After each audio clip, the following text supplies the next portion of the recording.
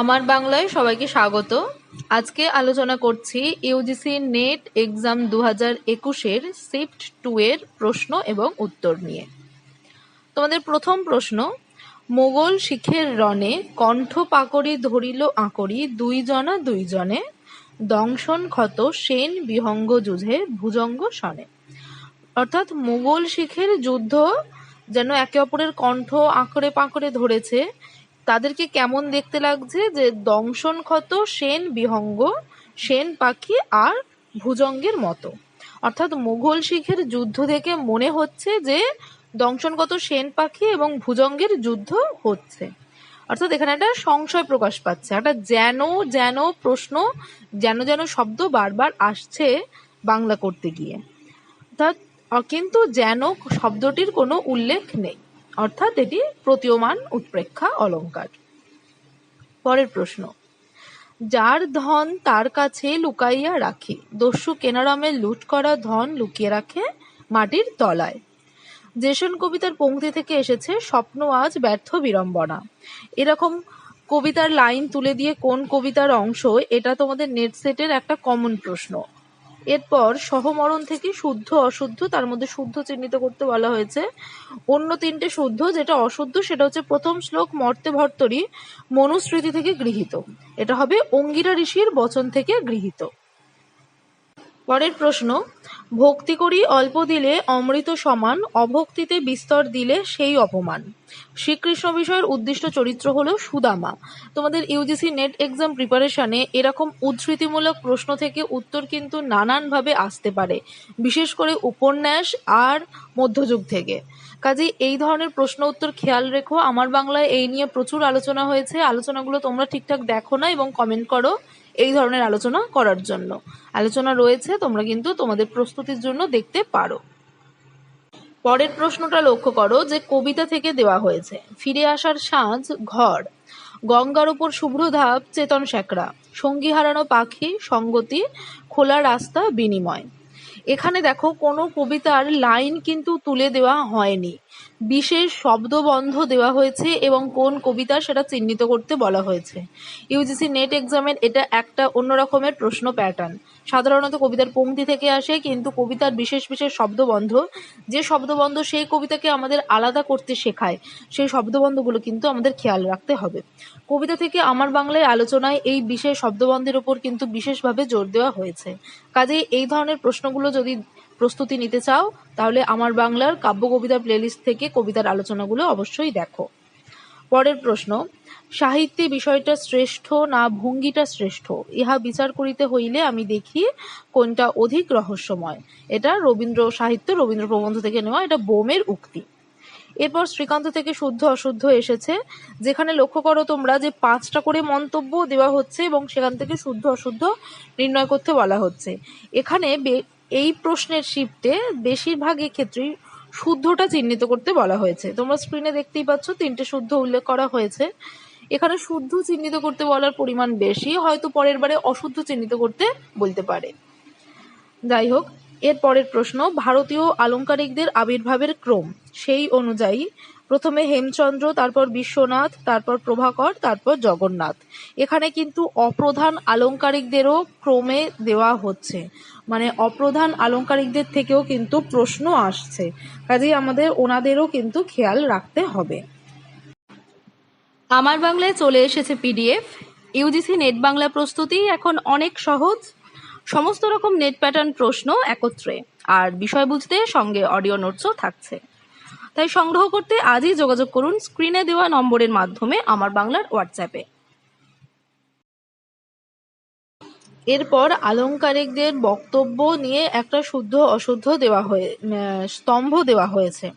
তো এক্ষেত্রে আমাদের যেটা সমস্যা হয় যে আমরা সমস্ত আলংকারিকদের বক্তব্য মনে রাখতে পারি না, কিন্তু সেক্ষেত্রে খেয়াল রাখতে হবে যে এই বক্তব্যগুলো কোন কোন বিষয়ের ওপর রয়েছে, তাহলে সেই বিষয় থেকে আমরা যে ইনি এই বিষয়ের উপর বক্তব্য রেখেছেন, এই ভাবনা থেকে আমরা একটা বক্তব্য আঁচ করতে পারি। আর একটা যেগুলো বিশেষ বিশেষ বক্তব্য, সেগুলো আমাদের কিন্তু ছক করে রাখতে হবে বা খাতায় নোট করে রাখতে হবে। সেখান থেকে একটা দুটো কমন বক্তব্য আমরা যদি স্তম্ভ পেতে পারি, তাহলে সেই দুটোকে কেন্দ্র করে, যে দুজনের বক্তব্য আমরা চিহ্নিত করতে পেরেছি, সেখানকে কেন্দ্র করে উত্তরের অপশন দেখে কিন্তু বাকি দুটো বক্তব্য আমরা খুঁজে নিতে পারি। তো এইভাবে কিন্তু এই স্তম্ভ মেলাতে হবে। স্ক্রিনে তোমরা সঠিক উত্তরটা দেখতেই পাচ্ছ, আর বলছি না, কিন্তু যেটা সমস্যা হয় সেই সমস্যার সমাধান করার একটা চেষ্টা করলাম মাত্র এই উত্তরটাকে কেন্দ্র করে। পরের প্রশ্ন, গোবিন্দ দাসের নখপথ হৃদয়ে তোহারি, এখানে রাধিকার রূপ খণ্ডিতা। তারপরের প্রশ্ন একটা শুদ্ধ বলা হয়েছে, এটা বৈষ্ণব পদাবলী থেকে এসেছে, যেখানে তিনটে শুদ্ধ, যে নন্দদুলাল বাছা যশোদুলাল এটা বলরাম দাসের উত্তর গোষ্ঠের পদ, নব অনুরাগিনী রাথা এটা বিদ্যাপতির অভিসারের পদ, খুবই পরিচিত একটা পদ, আর আন্ধার ঘরের কোণে থাকি একেশ্বরী এটা বলরাম দাসের আক্ষেপানুরাগের পদ। বৈষ্ণব পদাবলী থেকে প্রস্তুতি নিতে গেলে ইউজিসি নেট এক্সামে শুধুমাত্র কিন্তু ওই বৈষ্ণব পদের নানান বইগুলো কিনলে হবে না, তার সাথে সাথে প্রত্যেক পদকর্তার যে আলাদা পদাবলীর বই পাওয়া যায় সেই বইগুলো কিন্তু কিনতে হবে। বসুমতী থেকে বইগুলো খুব সহজেই অল্প দামে পেতে পারো তোমরা, সেখান থেকে জোগাড় করতে পারো, বিভিন্ন পিডিএফ সংগ্রহ করতে পারো। এবার কিন্তু প্রচুর পদ আছে, সেগুলো মনে রাখাও একটা ব্যাপার, এর জন্য প্র্যাকটিসের প্রয়োজন। পরের প্রশ্ন মুক্তধারা নাটক থেকে দেওয়া হয়েছে, ওরে ভীতু মার এড়াবার জন্যই তোরা হয় মরতে নয় পালাতে থাকিস। দুটো একই কথা। ধনঞ্জয়ের সংলাপ যে গানে আছে সেটা হলো আরো আরো প্রভু আরো আরো এমনি করেই আমায় মারো, কিন্তু প্রশ্নটার প্যাটার্নটা বেশ সুন্দর, তোমরা কিন্তু লক্ষ্য করতে পারো। সরাসরি কোন গান গেয়েছেন এরকম তুলে না দিয়ে সেই সংলাপকে কেন্দ্র করে যে গান, সেই গান চিহ্নিত করতে বলা হয়েছে।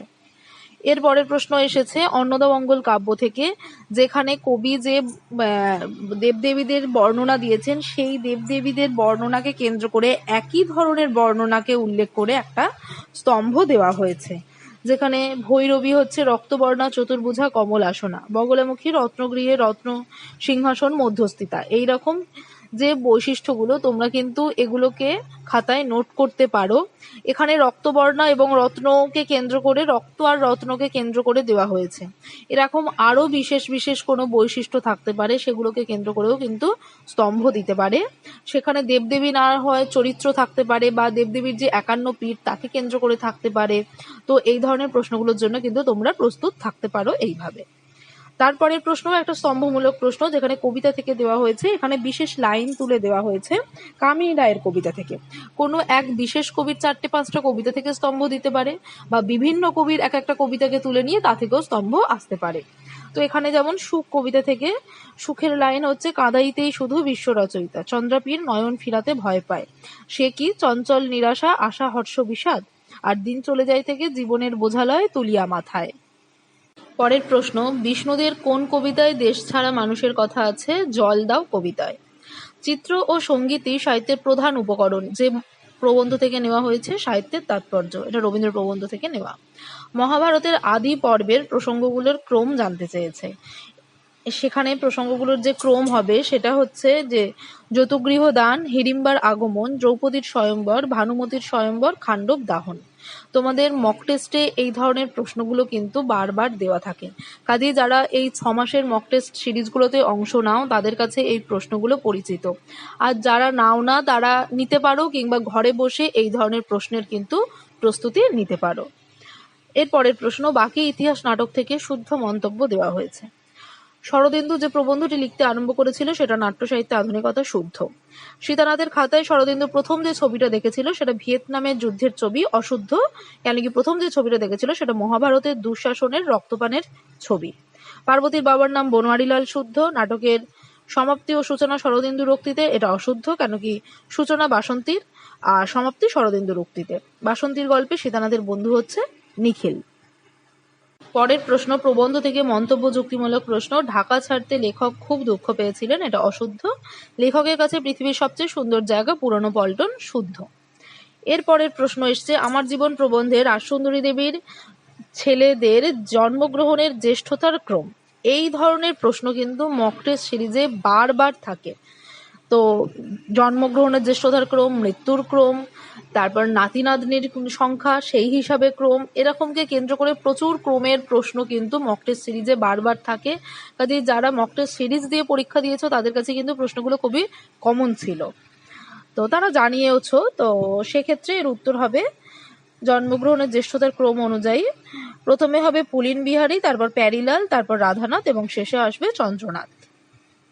পরের প্রশ্ন, শব্দ থেকে কোন কোন ভাষার শব্দ, এটা তোমাদের চ্যালেঞ্জ করতে হয়েছিল, প্রশ্নটা ভুল ছিল। তো সেক্ষেত্রে এর উত্তরটা হচ্ছে যে দিনেমার হচ্ছে ফার্সি শব্দ, বেহালা পর্তুগিজ, তুরুপ ওলন্দাজ, দাম গ্রিক, আর সিনেমা ইংরাজি শব্দ। পরের প্রশ্ন, ছন্দ থেকে শুদ্ধ অশুদ্ধ, যেখানে রবীন্দ্রনাথ কলাবৃত্তকে সাধুরীতির প্রকারভেদ মনে করতেন শুদ্ধ, সত্যেন্দ্রনাথ যে রীতিকে রদ্দা বলেছেন তাকেই অমূল্যধন বলেছেন ধ্বনিপ্রধান শুদ্ধ, অমূল্যধনের শাসাঘাত প্রধান ছন্দেরই বিকল্প নাম বলপ্রধান ছন্দ শুদ্ধ, আর তান প্রধান ছন্দকে পয়ার জাতীয় বলে উল্লেখ করেছেন অমূল্যধন মুখোপাধ্যায়, শেষেরটা অশুদ্ধ। পরের প্রশ্ন হচ্ছে নবান্ন নাটক থেকে ক্যাকড়া খাবি তুই, খবরদার ও যেন কাঁকড়া ফ্যাকড়া না খায়, এর সংলাপ যার বক্তা সে হচ্ছে কুঞ্জ, সে তার ছেলে মাখনকে বলেছে ও শরীর অসুস্থ, ও যেন ক্যাকড়া ফ্যাকড়া না খায়। তারপরে শুদ্ধ অশুদ্ধ এসছে কবিতা থেকে, হাজার হাজার বছর আগে এক রাতে তেমনি, এটা শিকার কবিতা থেকে, প্রগাঢ় চুম্বন ক্রমে টানিতেছে তাহাদের গোধূলি সন্ধির নৃত্য কবিতা থেকে লাইন তোলা হয়েছে, পিতৃলোক হেসে ভাবে কাকে বলে গান রাত্রি থেকে, সেখানে গোপন জলে ম্লান হয়ে হিরে হয় ফের, এটা গোধূলি সন্ধির নৃত্য থেকে নেওয়া হয়েছে, সিন্ধু সারস থেকে নয়। বারবার বলছি কবিতার পংক্তি থেকে যেমন কোন কবিতা চিহ্নিত করতে বলা হয়, বিশেষ শব্দগুলো থেকেও চিহ্নিত করতে বলা হয়। তোমাদের যদি বিশেষ শব্দগুলো খেয়াল থাকে তাহলে সেই কবিতার লাইনটাও আমাদের বুঝতে পারবো যে কোন কবিতা থেকে নেওয়া হয়েছে। এর সঙ্গে সঙ্গে জীবনানন্দ দাশের যেমন 4টে কবিতা থেকে একটা প্রশ্ন আসতে পারে স্তম্ভমূলক বা এরকম শুদ্ধ অশুদ্ধ, তেমনি বিভিন্ন কবিদের একটা একটা কবিতা তুলেও প্রশ্ন আসতে পারে। কাজেই শুধু একটা কবিতা থেকে প্রস্তুতি নিতে গেলে চলবে না, এইভাবে বিভিন্ন কবিতার সাথে তুলনামূলকভাবে তোমাদের প্রস্তুতি নিতে হবে, ঠিক যেভাবে তোমাদের আমার বাংলার কাব্য কবিতার পিডিএফটা বানানো হচ্ছে। এই দিকটার দিকে খেয়াল রেখে যারা ঘরে বসে প্রস্তুতি নিচ্ছ, যারা একান্ত নিজেদের মতন করে প্রস্তুতি নিচ্ছ, যাদের এই পিডিএফটার দরকার নেই, তারা কিন্তু এইভাবে প্রস্তুতি নাও। আর যাদের পিডিএফ দরকার আছে, যারা অনেকেই বলেছো তাদের জন্য খুব তাড়াতাড়ি পিডিএফ আসছে, তোমাদের একটা নমুনাও দিয়ে দিলাম যে কিভাবে কতটা খেটে পিডিএফটা তৈরি করা হচ্ছে, কতটা ভাবনা ভেবে পিডিএফটা তৈরি করা হচ্ছে। যাই হোক, তারপরের প্রশ্ন আসছে প্রবন্ধ থেকে শুদ্ধ, যেখানে প্রবোধচন্দ্রিকার ভাষা কঠিন হলেও শুষ্ক নয় শুদ্ধ, ভাষামার্গে প্রমথ চৌধুরী ভারতচন্দ্রের পদানুসরণ করেছেন শুদ্ধ, প্রমথ চৌধুরীর লেখায় সরলতা ও সরসতা নদিয়া জেলার দান শুদ্ধ, ভারতচন্দ্রের কাব্যে তার দুঃখময় জীবনের ছায়া পড়েছে অশুদ্ধ। লক্ষ্য করো, এখানে শুধুমাত্র তথ্যগুলো তুলে ধরা হয়নি, প্রবন্ধটা দেখে বুঝতে হবে, একটা খুব সাধারণ লাইন তুলে ধরা হয়েছে প্রবন্ধ অনুসরণে। এই যে ভারতচন্দ্রের কাব্যে তার দুঃখময় জীবনের ছায়া পড়েছে কি পড়েনি, এই লাইনটা হুবহু কিন্তু প্রবন্ধতে নেই, কিন্তু প্রবন্ধটা পড়লে আমরা বুঝতে পারি যে কি এটা শুদ্ধ হবে না অশুদ্ধ হবে। কাজেই প্রবন্ধটাতে পড়ে তার জিস্ট বা তার সারাংশটাও আমাদের বোঝা বা রপ্ত করা কিন্তু উচিত ইউজিসি নেট এক্সাম প্রিপারেশনের জন্য। এর পরের প্রশ্ন মন্তব্য যুক্তি, বৃষ্টি পড়ে টাপুর টুপুর নদী এলো বান, এই ছড়াটি ছিল কবির বাল্যকালের মেঘদূতের মতো, এটা শুদ্ধ। বৃষ্টি পড়লেই বর্ষানুরাগী রবীন্দ্রনাথের মনে পড়ে যেত কালিদাসকে, সবসময় নয়, অর্থাৎ এটা অশুদ্ধ। তারপরের প্রশ্ন একটা এসেছে শ্রী শ্রী সিদ্ধেশ্বরী লিমিটেড থেকে, এই প্রশ্নটা আমার নিজের ব্যক্তিগত খুব ভালো লেগেছে। তো এখানে একটা চরিত্রগুলোকে কেন্দ্র করে এবং তার যে বর্ণনা রয়েছে তাকে কেন্দ্র করে একটা স্তম্ভ দেওয়া হয়েছে, যেটা কিনা আমরা চরিত্রের দিকে এই ধরনের প্রশ্ন নাটক এবং উপন্যাসের ক্ষেত্রে ভেবে থাকি, কিছু কিছু ক্ষেত্রে মধ্যযুগের কথাও ভেবে থাকি, কিন্তু এই যে ছোট গল্প থেকেও এই ধরনের প্রশ্ন এসেছে, এটা কিন্তু একটা ব্যতিক্রমী প্রশ্ন, এটার দিকে খেয়াল রেখে পরবর্তী প্রস্তুতি তোমাদের নিতে হবে ছোট গল্প থেকে। তো সেক্ষেত্রে শ্যামবাবু হচ্ছে যে শ্যামবর্ণ স্থূল লোমশ বপু, গন্ডেরি হচ্ছে মধ্যবয়স্ক শ্যামবর্ণ, অটল হচ্ছে গৌরবর্ণ সুপুরুষ, আর বিপিন উজ্জ্বল শ্যামবর্ণ ক্ষীণকায়, স্ক্রিনে দেওয়া রয়েছে। উপন্যাস বলিতে গল্প বোঝায়, কিন্তু ইংরেজিতে এক প্রকার উপন্যাস আছে তাহার নাম নভেল, এটা নেওয়া হয়েছে হরপ্রসাদ শাস্ত্রীর প্রবন্ধ থেকে। মন্তব্য যুক্তি, এবছর আনমনির আর জমি কেনা হলো না, শুদ্ধ, কারণ যেহেতু সব টাকা সে আতর কিনে শেষ করে ফেলেছিল, এটা অশুদ্ধ। এর পরের প্রশ্ন এসেছে টিনের তলোয়ার নাটক থেকে, টিনের তলোয়ার নাটকের শুদ্ধ অশুদ্ধদের মধ্যে শুদ্ধগুলো চিহ্নিত করতে বলা হয়েছে। ময়ূরবাহন নাটকের নাটকের নাম রবীন্দ্র চৌধুরী, শুদ্ধ। টিনের তলোয়ার নাটকের প্রথম দৃশ্যে উপস্থাপিত পোস্টার অনুযায়ী গ্রেট বেঙ্গল অপেরা ছিল চিতপুরে নয়, শোভাবাজারে ছিল, অর্থাৎ এটা অশুদ্ধ। ভালোবেসে এত জ্বালা সই গানটি ময়ূরভান নাটকের অনুরাধা যেখানে গিয়েছিল সেটা উদ্যানের দৃশ্য, শুদ্ধ। টিনের তলোয়ার নাটকের তৃতীয় দৃশ্যে ময়ূরবাহন নাটকের যে চরিত্রটিতে বসুন্ধরা অভিনয় করেছিলেন তার নাম সাবিত্রী, শুদ্ধ।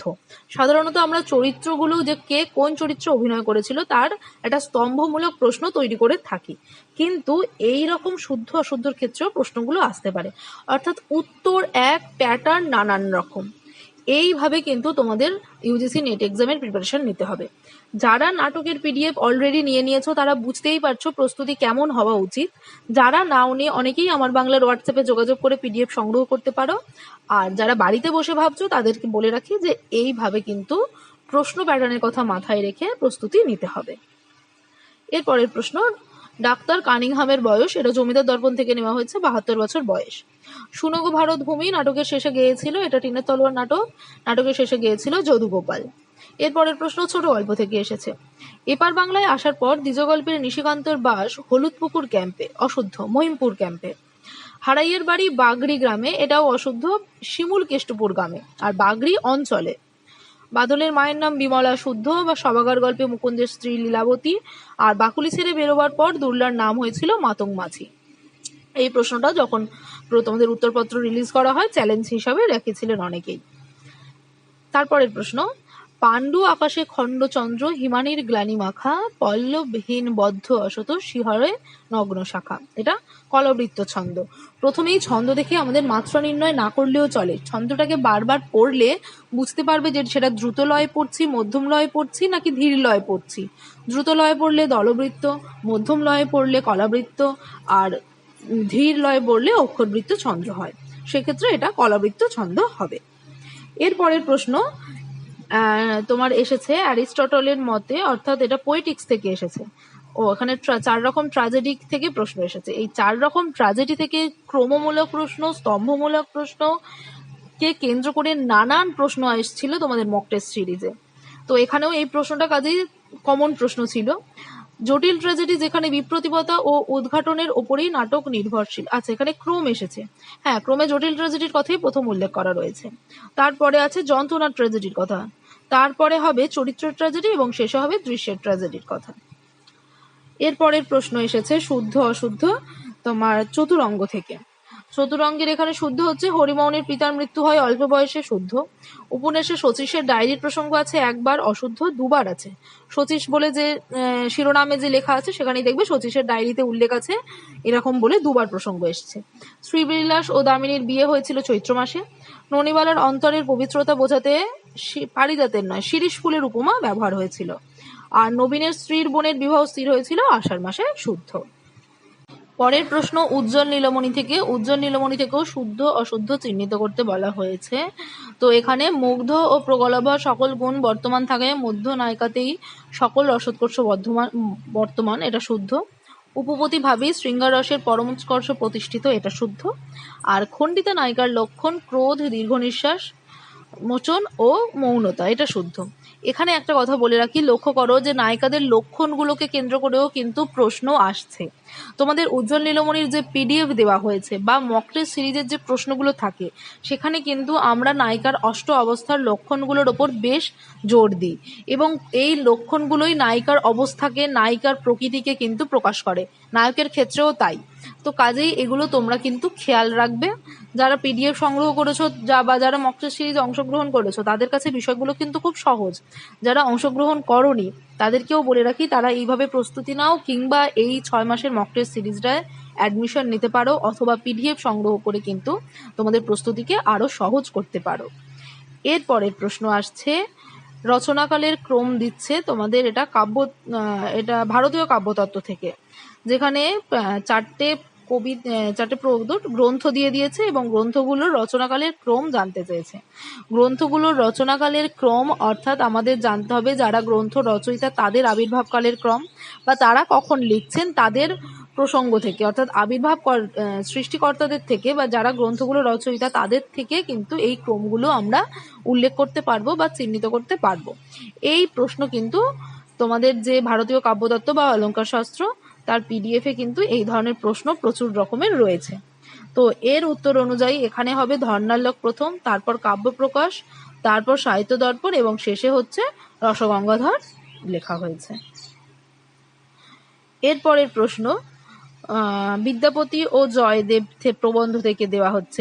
এটা বঙ্কিমচন্দ্রের প্রবন্ধ। সেখানে হচ্ছে মন্তব্য, সকলই নিয়মের ফল, সাহিত্য নিয়মের ফল।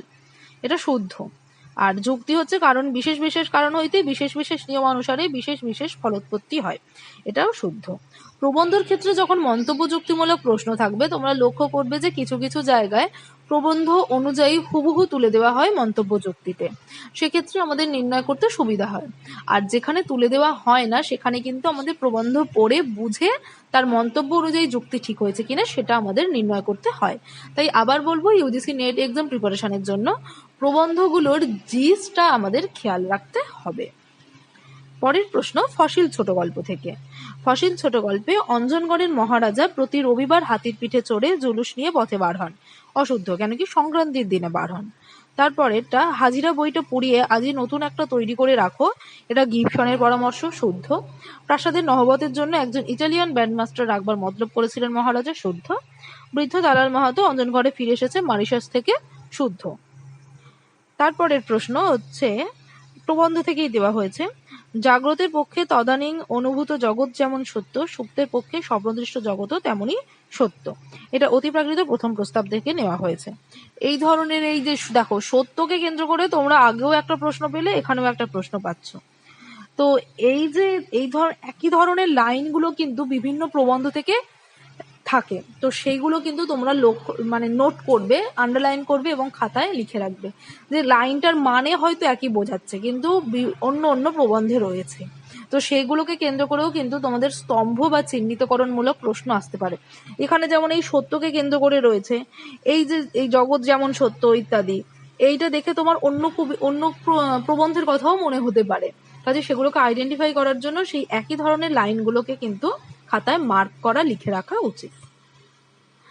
এরপরের প্রশ্নটা দেখো। এরপরের প্রশ্নটা ইন্টারেস্টিং, কেননা তোমাদের চরিত্র তুলে দিয়ে তাদের বক্তব্যকে রেখে স্তম্ভ করেছে। এসেছে পুতুল নাচের ইতিকথা থেকে।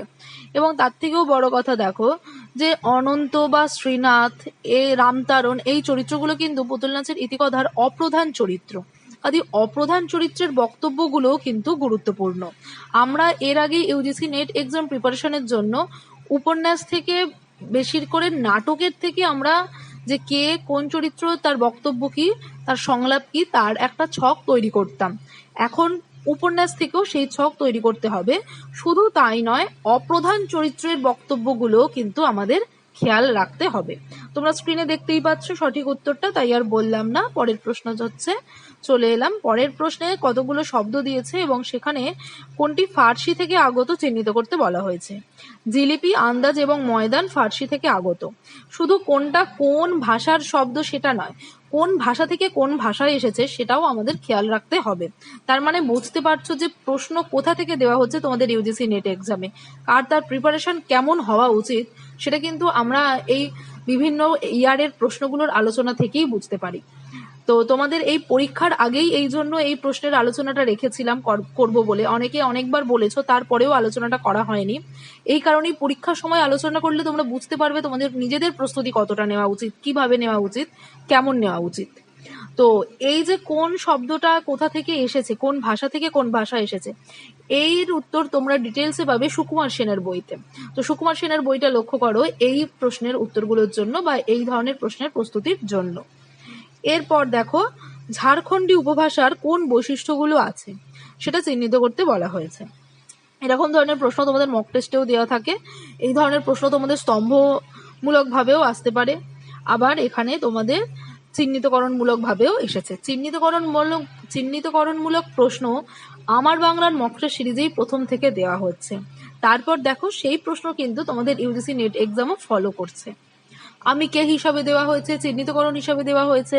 এখানে যেমন দিয়েছে কোনগুলি ঝাড়খণ্ডী, সেগুলোকে চিহ্নিত করতে বলা হয়েছে। চিহ্নিতকরণমূলক প্রশ্নেরও বিভিন্ন প্যাটার্ন রয়েছে। যারা আমার বাংলা থেকে পিডিএফ নিয়েছো তারা অলরেডি বুঝতে পারছো যে কত রকম ভাবে চিহ্নিতকরণ দেওয়া যেতে পারে। তো এখানেও একটা রয়েছে।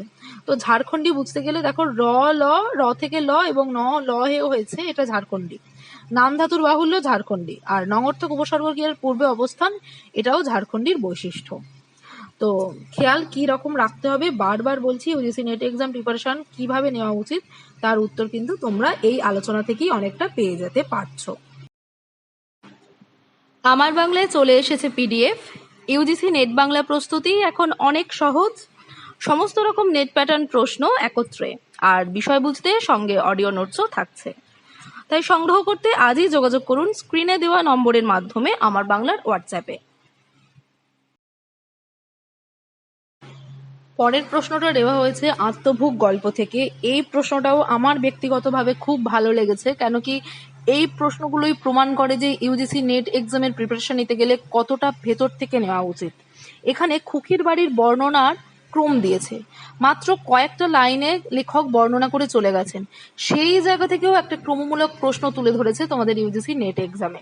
কাজেই যারা প্রশ্ন করে তারা কতটা খুঁটিয়ে পড়ে, আর যারা প্রিপারেশন নেয় তারা আরও কতটা খুঁটিয়ে পড়তে হবে সেটার দৃষ্টান্ত কিন্তু এই প্রশ্নটাই। তো সেই অনুযায়ী যদি ক্রমটা দেখি, সেখানে হবে উই পোকায় ঝাঁঝরা বর্গা, ক্ষয়ে ক্ষয়ে মাটির সাথে মিশে যাওয়া চৌকাঠ, তারপর ছাদে সিঁড়ি নেই আর সিমেন্ট ওঠা উঠান। তারপরের প্রশ্ন ময়নামতির রূপ বর্ণনার ক্রম। এই যে রূপ বর্ণনার ক্রম, তোমরা প্রাগাধুনিক সাহিত্যের প্রত্যেকটা চরিত্রের রূপ বর্ণনা পাবে, সেই রূপ বর্ণনা থেকেও কিন্তু ক্রমমূলক প্রশ্ন আসতে পারে। আমি আগেই আলোচনা করেছিলাম যখন অন্নদামঙ্গল কাব্যের দেবদেবীদের বর্ণনা করছিলাম, সেখানে কিন্তু স্তম্ভমূলক প্রশ্ন দিয়েছেন, সেখানেও প্রত্যেকটা দেবীকে ইন্ডিভিজুয়ালি তাদের রূপকে যে বর্ণনা করা হয়েছে সেখান থেকেও কিন্তু ক্রমমূলক প্রশ্ন আসতে পারে। আবার কোনো বিশেষ চরিত্রকে কেন্দ্র করেও আসতে পারে, সেখানে বললাম পরের প্রশ্নতেই কিন্তু তোমাদের দিয়ে দিয়েছে, লক্ষ্য করো। ময়নামতির রূপ বর্ণনার ক্রম, এখানে পরপর হবে অপমানে জলেতে প্রবেশে অরবিন্দে, দৃগঞ্জন স্বরে মৃগ পলায় নিকুঞ্জ, লুকি গেল পুষ্পধনু লজ্জার কারণ, লজ্জা এরি রহে অন্তর্গত কাম্বান, প্রভাচারী ভানু যেন তিমির স্মরণ। এখানে লাইনগুলো কিন্তু তোমাদের খেয়াল রাখতে হবে। স্রেফ খেয়াল রাখা আর মুখস্থ করা ছাড়া আর কোনো দ্বিতীয় পন্থা নেই। সহজ টিপস ইউজিসি নেট এক্সাম মানে না, সাজেশন ইউজিসি নেট এক্সাম মানে না। প্রিপারেশন নিতে গেলে সময় নিতে হবে, খুঁটিয়ে পড়তে হবে। পরের প্রশ্ন চৈতন্য চরিত্রামৃত থেকে। আমিও তোমার স্পর্শে কৃষ্ণ প্রেমে ভাসি, যার প্রতি চৈতন্যের এই উক্তি রায় রামানন্দের। চলো ভাই এক ছিলিম গাজার চেষ্টা দেখি গিয়ে। এটা কার উক্তি? বেহালা বাদক। লক্ষ্য করো, এটা এসেছে তোমাদের একেই কি বলে সভ্যতা প্রশ্ন থেকে, যেখানে তার বক্তব্য কার না বেহালা বাদকের, একটা অপ্রধান চরিত্র যার হয়তো একবারই উল্লেখ আছে, তারও সংলাপ কিন্তু তোমাদের খেয়াল রাখতে হবে। আমার বাংলার যে নাটকের পিডিএফ, সেখানে সমান পরিমাণে অপ্রধান চরিত্রদেরও গুরুত্ব দেওয়া হয়েছে এই কারণেই, এবং চরিত্রগুলো যাতে মনে থাকে তাতে বিভিন্নভাবে বিভিন্ন রকম স্তম্ভ চিহ্নিতকরণমূলক প্রশ্নের মধ্য দিয়ে যাতে তোমাদের চরিত্রগুলো খেয়াল রাখে তারও প্রশ্ন কিন্তু সাজানো হয়েছে। যাদের কাছে আমার বাংলার নাটকের পিডিএফ আছে তারা বুঝতেই পারছো, এবং তারা লক্ষ্য করো যে এই প্রশ্নগুলো বা এই ধরনের প্রস্তুতি তোমাদের কাছে কতটা সহজ করা হয়েছে পিডিএফগুলোর মাধ্যমে। ক্যান্ডিও নাচ কবিতাটির রচনাস্থান আলমোড়া। পরের প্রশ্ন, এই একলা মোদের হাজার মানুষ দাদা ঠাকুর এর গায়ক হচ্ছে প্রথম সোনপাংশু। কাব্যানুশাসন গ্রন্থটির রচয়িতা হেমচন্দ্র। আবারও লক্ষ্য করো অপ্রধান আলংকারিকের গ্রন্থগুলোরও নাম কিন্তু আমাদের মনে রাখতে হবে, তাদের আবির্ভাবকাল, তাদের গ্রন্থের নাম খেয়াল রাখতে হবে। এই একটা লম্বা লিস্ট আমার বাংলার ওয়েবসাইটে দেওয়া রয়েছে, যারা ভারতীয় কাব্যতত্ত্ব বা অলঙ্কার শাস্ত্রের পিডিএফটা কালেক্ট করেছো তারা তো পেয়েই যাবে, যারা কালেক্ট করোনি তারা ওয়েবসাইট থেকেও খেয়াল করতে পারো, কিছু অংশ তুলে ধরার রয়েছে। পরের প্রশ্ন এসেছে ছন্দ থেকে। এখানে রবীন্দ্রনাথ ঠাকুরের যে ছন্দ প্রবন্ধ সেই প্রবন্ধ থেকে তুলে ধরা হয়েছে। যেমন তোমরা পোয়েটিক্সের ক্ষেত্রে পড়ো একটা নির্দিষ্ট বই, উজ্জ্বল নীলমণির ক্ষেত্রে পড়ো একটা নির্দিষ্ট বই, তেমনি ছন্দের ক্ষেত্রেও অন্যান্য বইয়ের সঙ্গে রবীন্দ্রনাথের যে ছন্দ বইটা সেটাকে পড়তে হবে, এবং সেখান থেকে হুবহু লাইন তুলে মন্তব্য যুক্তি, হুবহু লাইন তুলে স্তম্ভমূলক শুদ্ধ অশুদ্ধ প্রশ্ন কিন্তু আসতে পারে। কাজেই ঠিক যেমন পোয়েটিক্সটাকে খেয়াল করো, ঠিক যেমন উজ্জ্বল নীলমণিকে খেয়াল করো, ঠিক তেমন করেই রবীন্দ্রনাথের ছন্দ প্রবন্ধটাকে তোমাদের খেয়াল করতে হবে, এবং তার সঙ্গে সঙ্গে অমূল্যবাবু এবং প্রবোধচন্দ্রের বই রাখতে হবে, তবে ছন্দ থেকে একটা সঠিক প্রস্তুতি নেওয়া যাবে। তো এখানে রবীন্দ্রনাথের ছন্দ থেকে হুবহু এসেছে, এবং যেখান থেকে পরপর প্রথম তিনটে শুদ্ধ হবে। শুদ্ধগুলো হচ্ছে রবীন্দ্রনাথ বলেছিলেন অসমমাত্রার ছন্দে যুক্তধ্বনির বন্ধুরতা আবার একদিন ফিরে আসতেও পারে, কিন্তু আজ এটার চল নেই। প্রবোধচন্দ্র সেনের মতে অতি পর্ব সাধারণত প্রযুক্ত হয় দলবৃত্ত ও কলাবৃত্ত রীতির ছন্দে। মানসিক কাব্য রচনাকালে রবীন্দ্রনাথ 6 মাত্রার মিশ্রবৃত্ত পর্বকে কলাবৃত্ত পর্বে রূপান্তর করেন। এরপরের প্রশ্ন, এখানে এই প্রশ্নটাও বেশ সুন্দর প্রশ্ন, লক্ষ্য করো। এখানে প্রাবন্ধিকদের বিশেষ বিশেষ স্বভাবকে কেন্দ্র করে স্তম্ভ দেওয়া রয়েছে। এটা তোমাদের প্রবন্ধ থেকেই দেওয়া রয়েছে।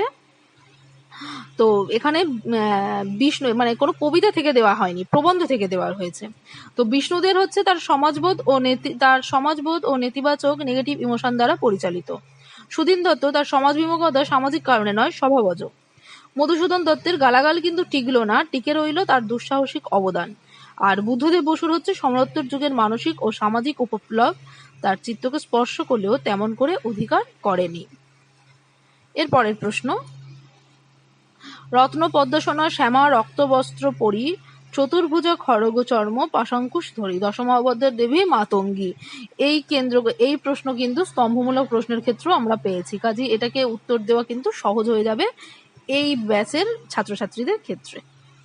এর পরের প্রশ্ন, চৈতন্য ভাগবত অনুসারে নিমাইয়ের সঙ্গে বল্লভাচার্যের কন্যার বিবাহ সম্বন্ধ করেছেন বনমালী। চৈতন্য ভাগবত থেকে নেওয়া হয়েছে। দৃষ্টি ও সৃষ্টি প্রবন্ধে বিলাসীর দৃষ্টি আর ভাবুকের দৃষ্টির পার্থক্য বোঝাতে অবনীন্দ্রনাথ বৈষ্ণব পদাবলীর যে পর্যায়ের পদ ব্যবহার করেছেন সেটা হচ্ছে বাসক সজ্জিকা। এর পরের প্রশ্ন, ছন্দ থেকে একটা স্তম্ভমূলক প্রশ্ন, যেখানে বিশেষ বিশেষ শব্দবন্ধগুলো কোন কোন বিশেষ মনীষী ব্যবহার করেছেন তার একটা স্তম্ভ দেওয়া রয়েছে। অমূল্যধন মুখোপাধ্যায় বিচ্ছেদ জ্যোতির কথা বলেছেন, রবীন্দ্রনাথ ঠাকুর মহাপয়ারের উল্লেখ করেছেন, সত্যেন্দ্রনাথ দত্ত মুক্তবন্ধ শব্দের প্রথম প্রয়োগ করেছেন, আর প্রমোদচন্দ্র সেন নিঃসঙ্গ পংক্তির প্রথম প্রয়োগ করেছেন। এরপরের প্রশ্ন, লোটচন্দনী কাব্যের স্বর্ণশ্রেষ্ঠ উপকাণ্ডটি যার বয়ানে বর্ণিত, মিত্রকণ্ঠের বয়ানে বর্ণিত। লোটচন্দনী কাব্য পড়লেই জানা যায়। তারপরে এসছে একটা পোয়েটিক্স থেকে, কমেডির বিবর্তনের ইতিহাস বিস্তারিতভাবে পাওয়া যায় না, অ্যারিস্টটলের পোয়েটিক্সে পাওয়া যায় না। যুক্তি, কারণ কমেডিকে লোকে খুবই গুরুত্ব দিত না, কমেডিকে লোকে একটু নিম্ন শ্রেণীর বা নিম্ন চরিত্রের মানুষদের চর্চার জিনিস বলেই মনে করতো এবং ট্র্যাজেডিকে লোকেরা বেশি গুরুত্ব দিত। পরের প্রশ্ন এসেছে সমুদ্র গল্প থেকে।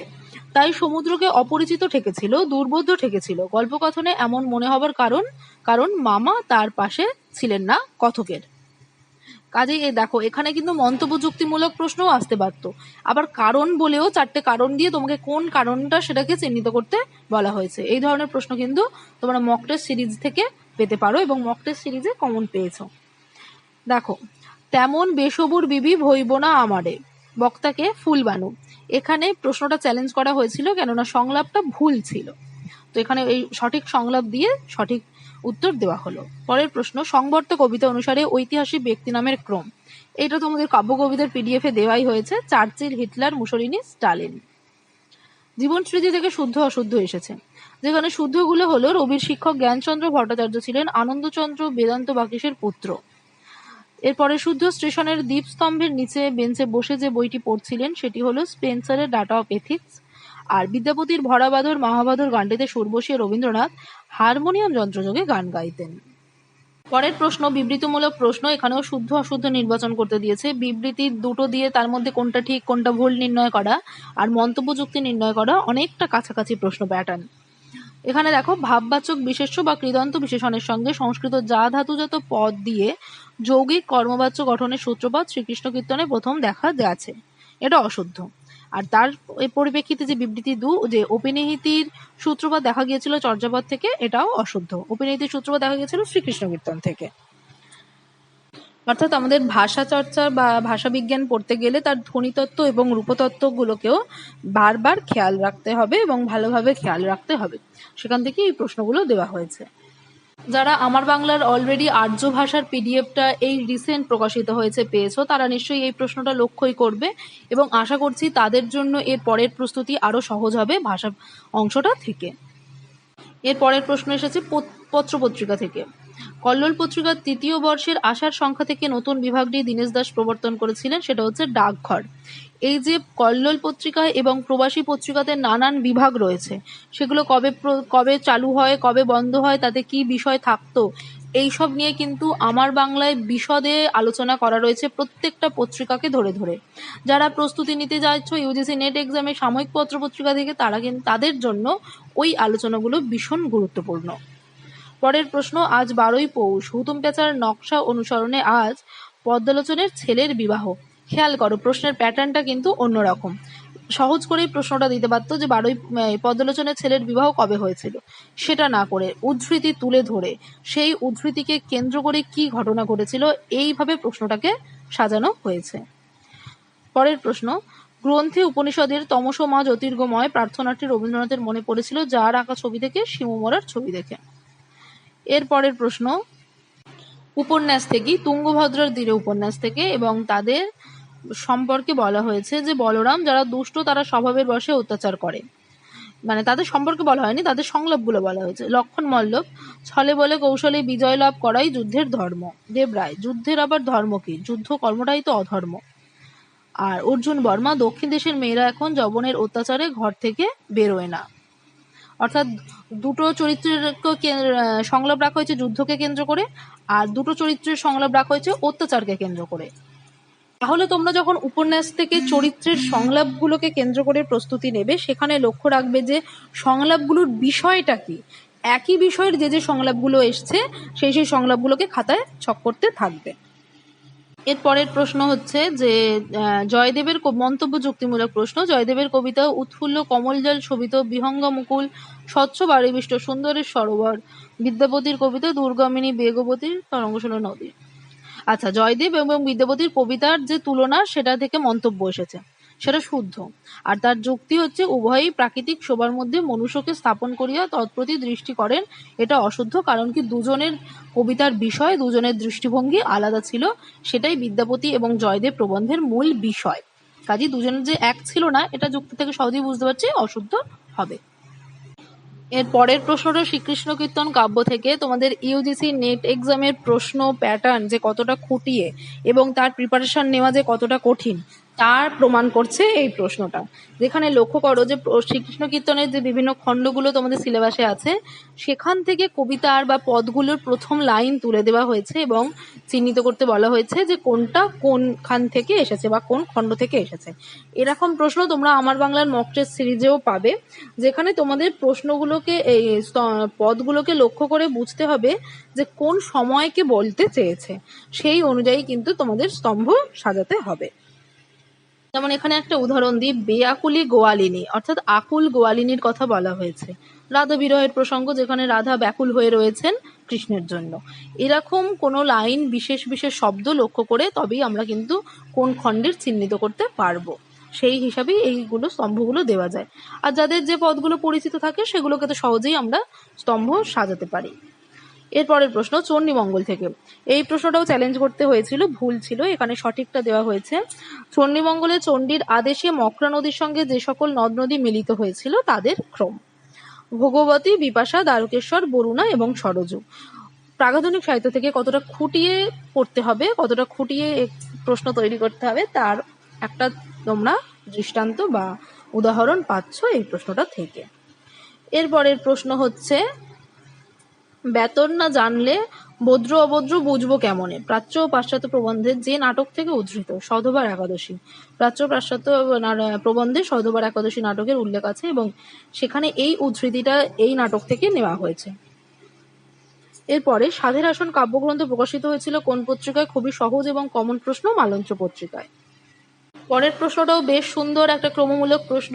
সূর্যমুখীর শয্যাগৃহে রক্ষিত দেশি চিত্রকরের অঙ্কিত চিত্রের ক্রম: কুমার সম্ভব, শ্রীরাম জানকী, অর্জুনের সুভদ্রা হরণ, শকুন্তলা দুষ্যন্ত এবং অভিমন্যু উত্তরার একটা ক্রম। পরের প্রশ্ন তুঙ্গভদ্রার তীরে উপন্যাস থেকে। দুজনেই দুজনকে আর চক্ষে দেখেন, সেই দুজন কে কে? লক্ষণ মল্লব এবং কুমার কম্পন। উদ্ধৃতমূলক প্রশ্ন কিন্তু উপন্যাসের ক্ষেত্রে খুব গুরুত্বপূর্ণ এবং একই সঙ্গে নাটকের ক্ষেত্রে। উপন্যাস থেকে তোমাদের আলোচনা, ও নাটক থেকে এবং উপন্যাস থেকে, দুটো থেকেই তোমাদের আলোচনা কিন্তু আমার বাংলায় রয়েছে। প্লেলিস্ট ধরে ধরে এই আলোচনাগুলো খেয়াল করো এবং প্রস্তুতি নাও। গ্রহণ আর বর্জনের মধ্যে সহানুভূতি একটা অর্থহীন অসহায় শব্দ, এটা সিংহাসনের ক্ষয়রাগ নাটক থেকে নেওয়া হয়েছে। এই প্রশ্নটা আমার বাংলার মক টেস্ট সিরিজে বারবার এসেছে, এটার বক্তা হচ্ছে রানী। পরে একটা অলঙ্কার, বসুন্ধরা দিবসের কর্ম অবসানে দিনান্তের বেড়াটি ধরিয়া আছে চাই দিগন্তের পানে। বসুন্ধরা একটা অচেতন বস্তু, তার উপর সচেতন বস্তুর প্রয়োগ, অর্থাৎ সমশক্তি অলঙ্কার। পরের প্রশ্ন রবীন্দ্র কবিতা থেকে এসেছে।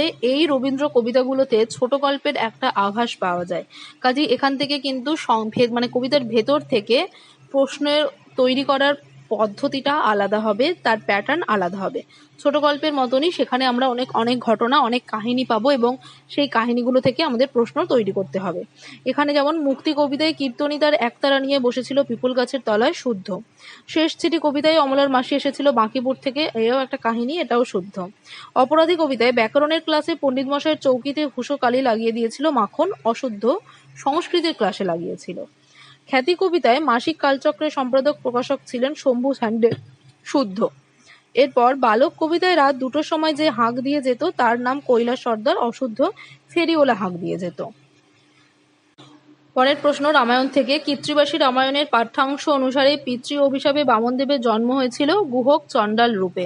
তোমরা রামায়ণের কাহিনীটাকে আলোচনা করা হয়েছে প্রশ্নোত্তর রূপে, সেখান থেকে কিন্তু এই অংশগুলোর উত্তর পেতে পারো আমার বাংলা চ্যানেল থেকে। জমিতে বসো না বাপ, শিকড় গজাবে, এটা চাঁদ বণিকের পালা নাটক থেকে নেওয়া। এর বক্তা হচ্ছে শিবদাস। লক্ষ্য করো, যে যে সিঙ্গেল উদ্ধৃতি তুলে ধরা হয়েছে তোমাদের অনেকেরই সমস্যা হবে যে উদ্ধৃতিটা তুলে ধরা হয়েছে কোথা থেকে আসলে, কারণ সেটার সাথে কোনো মিল নেই। চাঁদ বণিকের পালা থেকে জমিতে বসো না বাপ, শিকড় গজাবে, কোথা থেকে মিল বোঝাই যায় না, কিন্তু তুলে ধরা হয়েছে। কাজেই এইগুলোও কিন্তু, এই যে ব্যতিক্রম উদ্ধৃতি, এগুলো কিন্তু খেয়াল রাখতে হবে। ব্যতিক্রম উদ্ধৃতি, অপ্রধান চরিত্র, এই বিষয়গুলো কিন্তু বারবার বলছি খেয়াল রাখতে হবে।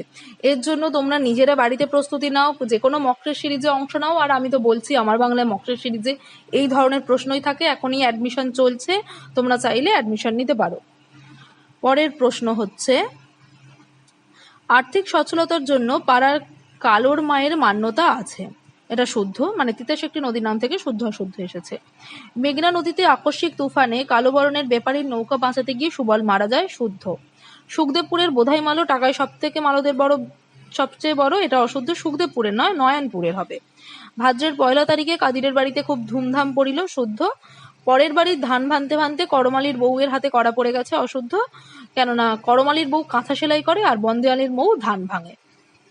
পরের প্রশ্ন এসছে সাময়িক পত্র থেকে। সাময়িক পত্র থেকে প্রশ্ন আসা যে প্রথমটাই শুধুমাত্র অশুদ্ধ, পরের 3টে হচ্ছে শুদ্ধ। আর আজকের আলোচনার শেষ প্রশ্ন হচ্ছে, শাহজাহান নাটকের কতগুলো দৃশ্য দেওয়া হয়েছে, সেই দৃশ্যের ক্রম। এখানে যেমন বলে রাখি দৃশ্যের ক্রম এসেছে, তেমন শাহজাহান নাটকে দৃশ্যের সঙ্গে সঙ্গে কোন সময় ঘটেছে তারও উল্লেখ রয়েছে, তারও ক্রম আসতে পারে। এবং এর সাথে সাথে যে কোন অঙ্কে কতগুলো গর্ভাঙ্ক রয়েছে সেই ধরনের প্রশ্নও কিন্তু আসতে পারে। আমার বাংলার যে নাটকের পিডিএফ রয়েছে তাতে এই সমস্ত ধরনের প্রশ্নের আলোচনা রয়েছে। আজকের আলোচনা করতে করতেই বলে গেলাম কোন কোন প্রশ্নের আলোচনা রয়েছে। নেট প্যাটার্নের যেমন প্রশ্ন আসছে তেমন আলোচনা কিন্তু তোমরা পিডিএফে পাবে।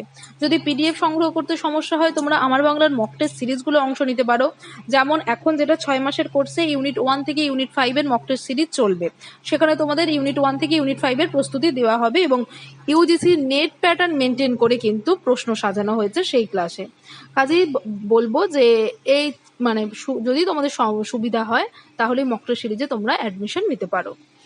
আর শেষ প্রশ্নের উত্তর তোমরা দেখতেই পাচ্ছ স্ক্রিনে। প্রথমে হবে কাশীতে সুজার সৈন্যের শিবির, তারপর মথুরায় ঔরঙ্গজেবের শিবির, খিজুয়ায় সুজার শিবির, যোধপুরের প্রাসাদ কক্ষ, খিজিরাবাদের কুটির। এইভাবে তোমরা নিজেরা ঘরে বসেও প্রস্তুতি নিতে পারো। আজকের আলোচনা থেকে অনেকেই বুঝতে পারছো ইউজিসি নেট এক্সাম কিভাবে প্রস্তুতি নিতে হবে, কিভাবে প্রশ্ন তৈরি করতে হবে, কতটা খুঁটিয়ে পড়তে হবে। তো সেই মতো প্রস্তুতি নিতে শুরু করো।